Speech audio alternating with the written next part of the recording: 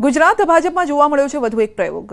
જિલ્લા પ્રમુખોની નિયુક્તિમાં surprise element. ભાજપના જિલ્લા પ્રમુખોની નિયુક્તિનો દોર પૂર્ણ થયો અને જિલ્લા પ્રમુખોના નામોમાં જોવા મળી છે સરપ્રાઇઝ।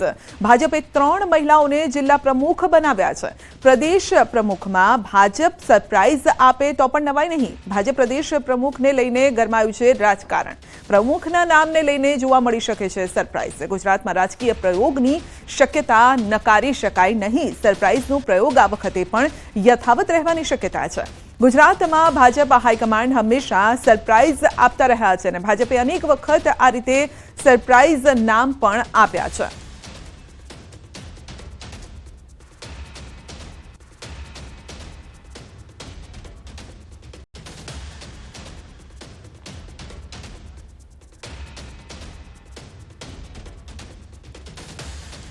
તો મોટો સવાલ હવે એ થઈ રહ્યો છે જિલ્લા પ્રમુખ બાદ હવે જે રાજ્યના બીજેપી પ્રમુખ હશે તે કોણ હશે અને શું તેમાં પણ કોઈ સરપ્રાઇઝ જોવા મળશે? વધુ અપડેટ મેળવીશું। સંવાદદાતા આપણી સાથે જોડાઈ ગયા છે, ગૌતમ આપણી સાથે જોડાઈ ગયા છે। ગૌતમ, આમ પણ ગુજરાતને બીજેપી પ્રયોગશાળા તરીકે માનતી આવી છે, જેવા ઘણા બધા એક્ઝામ્પલ આપણે જોયા છે। પછી સીએમ, ડેપ્યુટી સીએમનું પદ આપવાની વાત હોય એ સમયે અને ત્યારબાદ પણ ઘણા બધા એવા આપણે એક્ઝામ્પલ જોયા છે। આ વખતે નવું શું જોવા મળ્યું અને આગળના સમયમાં શું જોવા મળી શકે?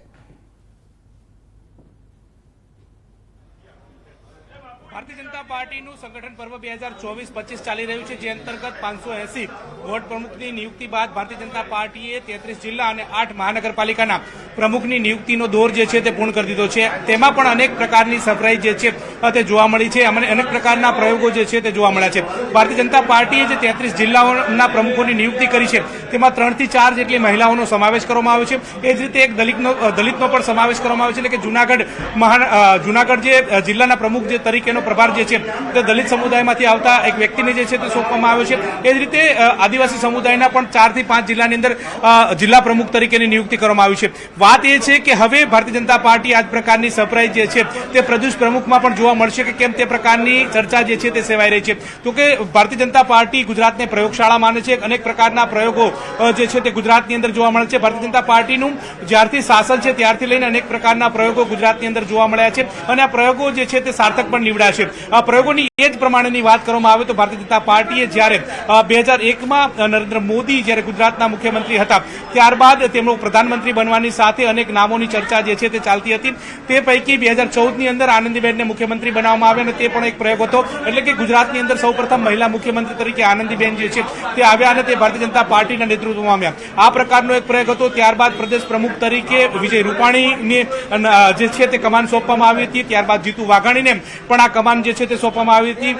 ભારતીય જનતા પાર્ટીએ વિજય રૂપાણીને મુખ્યમંત્રી બનાવીને ચોંકાવી દીધા હતા। ત્યારબાદ એ જ દોર જે છે તે અનામત આંદોલન જે છે તે ચાલ્યું હતું। અનામત દોરની અંદર આનંદીબેને જ્યારે મુખ્યમંત્રી પદેથી રાજીનામું આપ્યું ત્યારબાદ મુખ્યમંત્રી કોણ તે પ્રકારની અટકળો ચાલતી હતી। ત્યારે પણ ભારતીય જનતા પાર્ટીએ સરપ્રાઇઝ ચહેરા તરીકે વિજય રૂપાણીને ઉતાર્યા હતા અને વિજય રૂપાણીને મુખ્યમંત્રીની કમાન જે છે તે સોંપવામાં આવી હતી। વિજય રૂપાણીને પદભાર જે છે પૂર્ણ થયા બાદ ભારતીય જનતા પાર્ટીએ વધુ એક વખત ચોંકાવ્યું, એટલે કે ભૂપેન્દ્ર પટેલ જે પ્રથમ પદના જે ધારાસભ્ય હતા અને તેમને મુખ્યમંત્રી બનાવ્યા હતા અને આ પ્રકારનું નામ જે છે તે ચોંકાવી દીધું હતું। એ જ રીતે સીઆર પાટીલનું નામ જે છે જે પણ ઘણી વખત આ પ્રકારના એક્ઝામ્પલ જોવા મળ્યા છે। ત્યારે હવે જોવાનું રહેશે કે બીજેપી પ્રદેશ પ્રમુખ કોણ હશે? શું મહિલા હશે કે પછી પુરુષ અથવા જ્ઞાતિ સમીકરણમાં શું ધ્યાન રાખવામાં આવશે તે પણ જોવાનું રહેશે। ગૌતમ, આભાર આપનો અમારી સાથે જોડાવા બદલ। બુલેટિન